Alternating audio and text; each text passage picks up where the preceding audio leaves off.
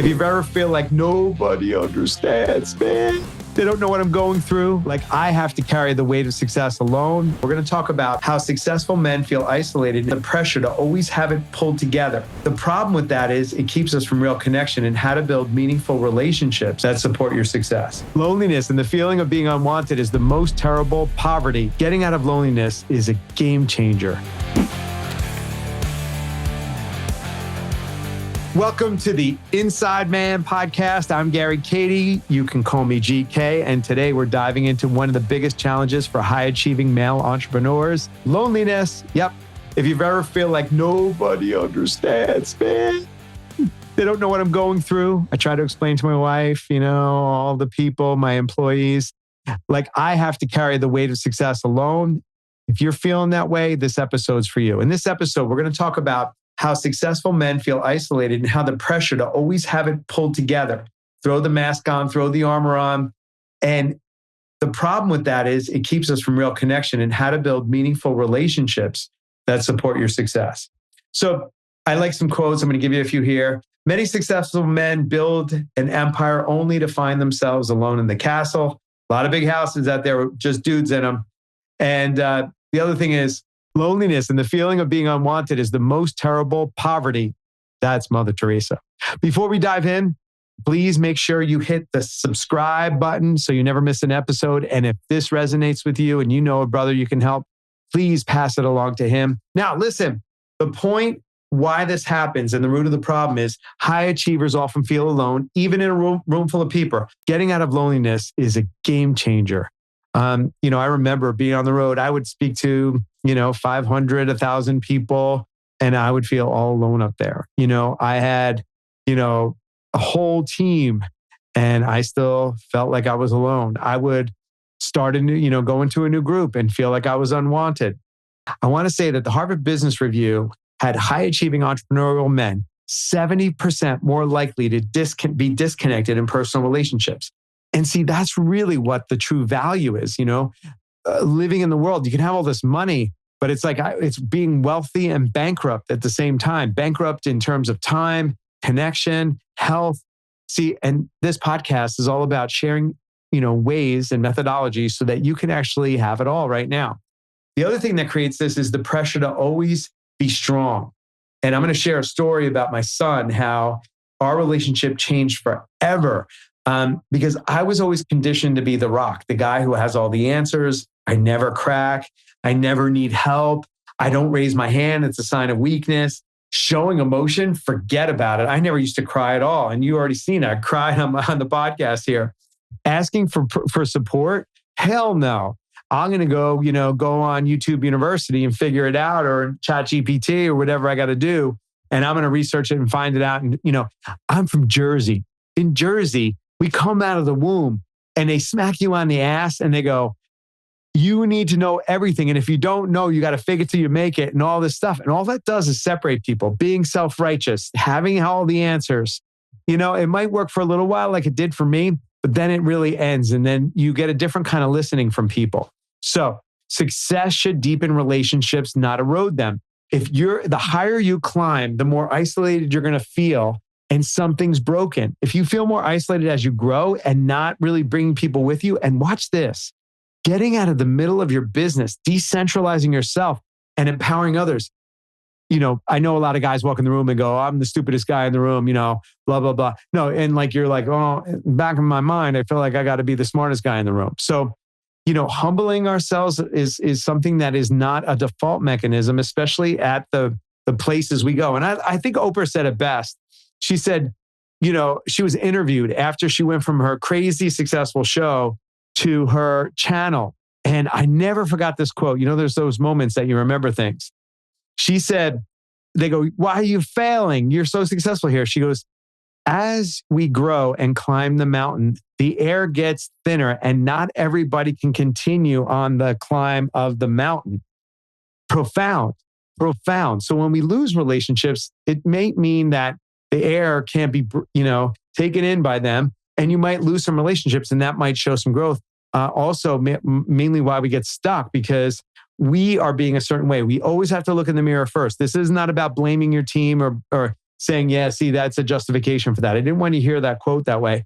I just want you to get that if you don't transform yourself along the way and as you grow, you're going to get stuck. So the key question is, if success is supposed to make my life better, why does it often make me feel lonelier? I want to share my personal story with you. For years, I told myself I had to be the guy who figured it all out. I was the leader, the provider, the one who people looked for solutions. I was a Jersey kid. It was worth. I got in consulting. I'll never forget. I was shaking in my boots. It was like I was preparing for Jeopardy, if you will.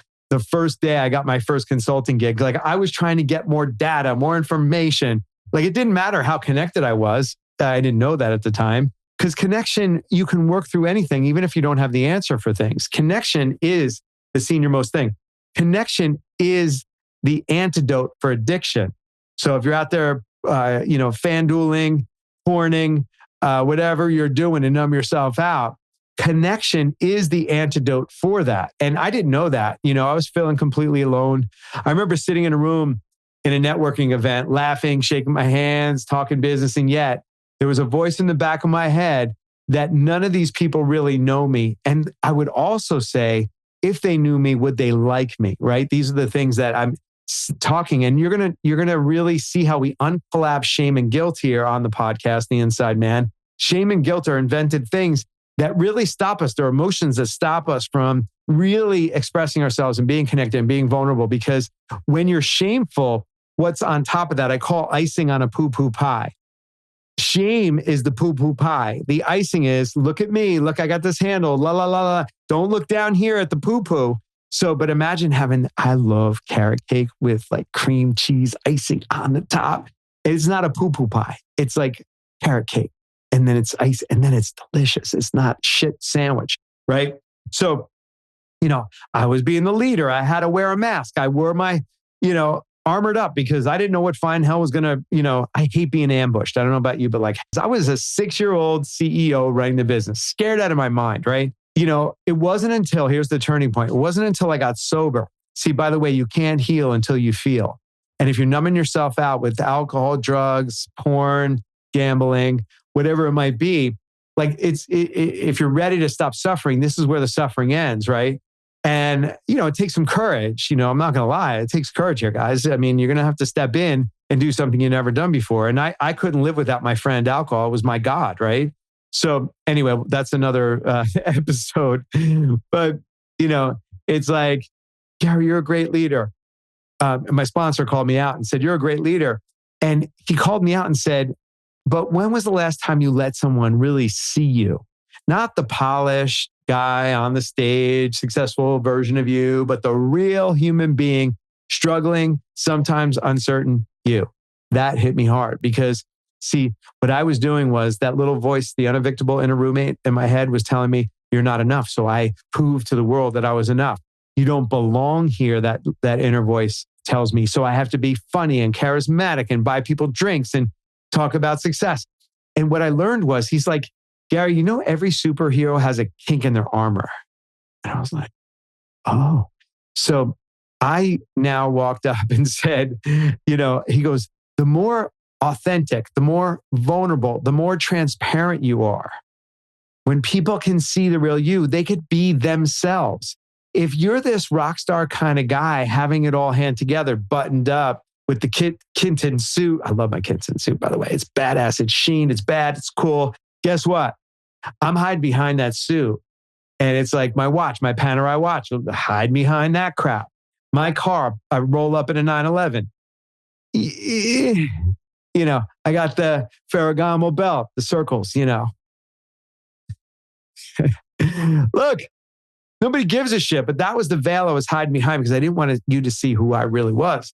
And man, when I said never, I never really did that. And I didn't even do it. Like somewhat with my wife, I was somewhat vulnerable, but I wasn't really, like I still had to hand it all together. And then my son.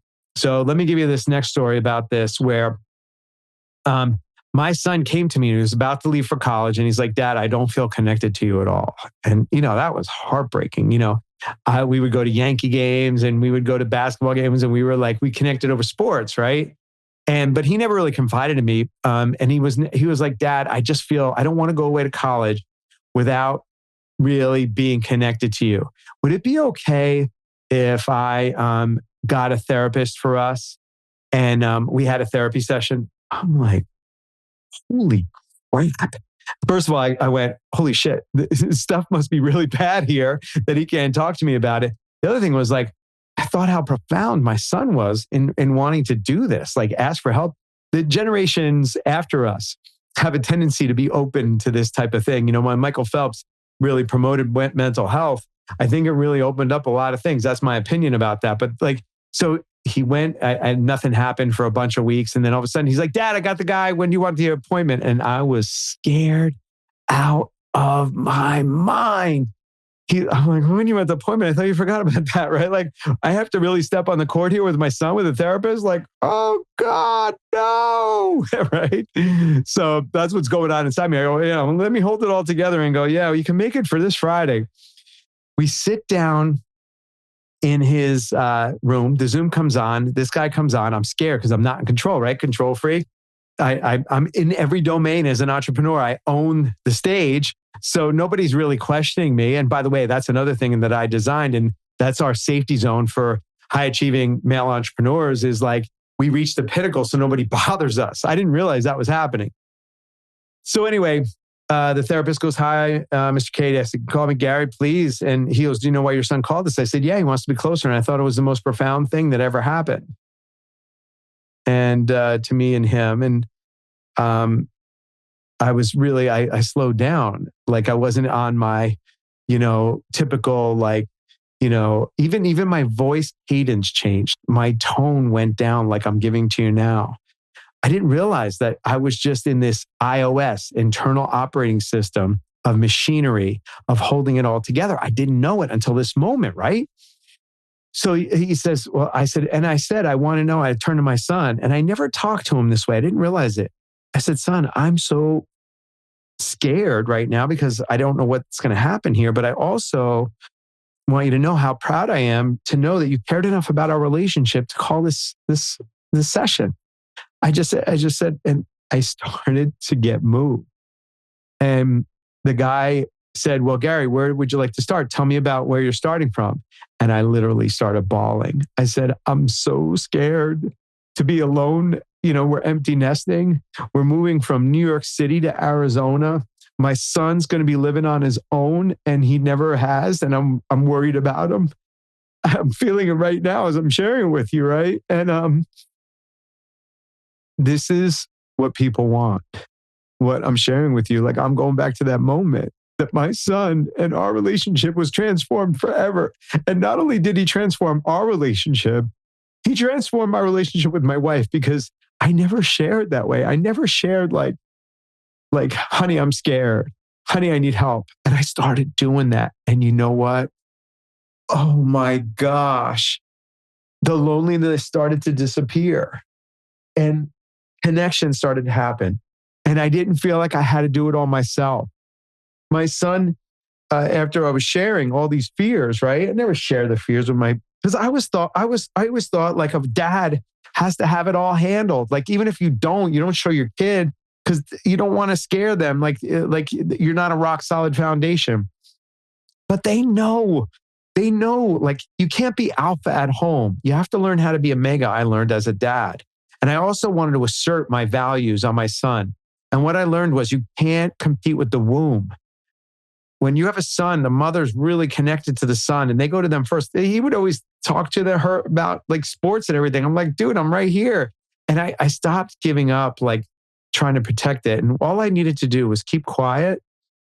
And when he asked me something, he would just come to me all the time. And you create a vacuum the other way. And you put yourself in the buyer's position. You're going to learn about being in the buyer's position. It's where you don't have to sell anything, but wherever you stand, you're in the buyer's position.